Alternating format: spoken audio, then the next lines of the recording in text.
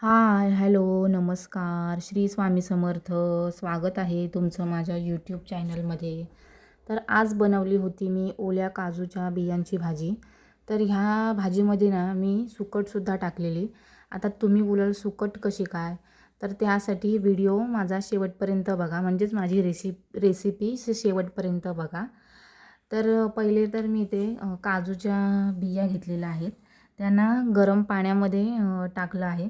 गरम पाण्यामध्ये टाकलं ना की बियांच्या साला ना पटकन निघतात. बघू शकता तुम्ही किती पटकन अशा निघाल्यात साला. तर आता तुम्हाला व्हिडिओ दाखवलं आहे त्याप्रमाणे सोलून घ्यायच्या. इथे मी तशाच सगळ्या सोलून घेतल्या आहेत. त्यानंतर मग एका टोपामध्ये 1 पळी तेल टाकलं आहे. नंतर 4 ते 5 पाकळ्या ठेचलेला लसूण, कढीपत्ता, कांदा आणि टोमॅटो टाकायचा. त्यांना पण चांगलं असं परतून घ्यायचं. परतल्याच्या नंतर मग आपला नेहमीचेच इन्ग्रेडियंट्स येतात ते म्हणजे हळद, मीठ आणि मसाला. ते पण परतून घ्यायचे. मग टाकायचा काजूच्या बिया. बियांना पण चांगलं फ्राय करून घ्यायच्या.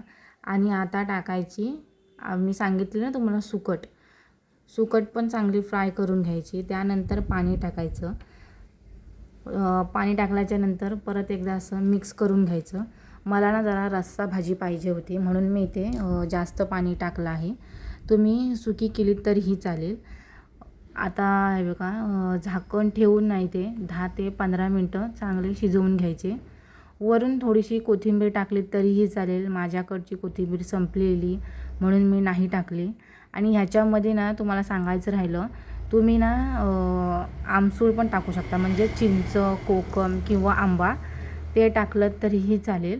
कारण सुकट आहे ना म्हणून टाकली तरीही चालेल. नंतर मग चांगली शिजल्याच्या नंतर तुम्ही बघू शकता किती मस्त असं आपली ओल्या काजूच्या बियांची भाजी तयार झालेली आहे. आता तुम्ही बोलाल सुकट कशी काय टाकता? हो, मला ना सुकट टाकलेली या बियांची भाजी ना खूप आवडते. आणि आमच्याकडे ना सुकट टाकतातच. आता तुमच्याकडे टाकतात का मला कमेंट करून नक्की सांगा. आणि आता तुम्हाला माझी ही रेसिपी कशी वाटली ते पण कमेंट करून नक्की सांगा. आणि तुम्ही पण ही रेसिपी नक्की ट्राय करा. व्हिडिओ आवडला असेल तर व्हिडिओला लाईक करा, सबस्क्राईब करा. बाय. नेक्स्ट व्हिडिओमध्ये भेटूया. आणि तुम्हाला सांगायचं राहिलं, मी ह्याच्यामध्ये बटाटासुद्धा टाकला आहे. बटाट्याने ना एक चांगली चव येते, त्याच्यामुळे मी बटाटासुद्धा टाकला आहे. चला बाय.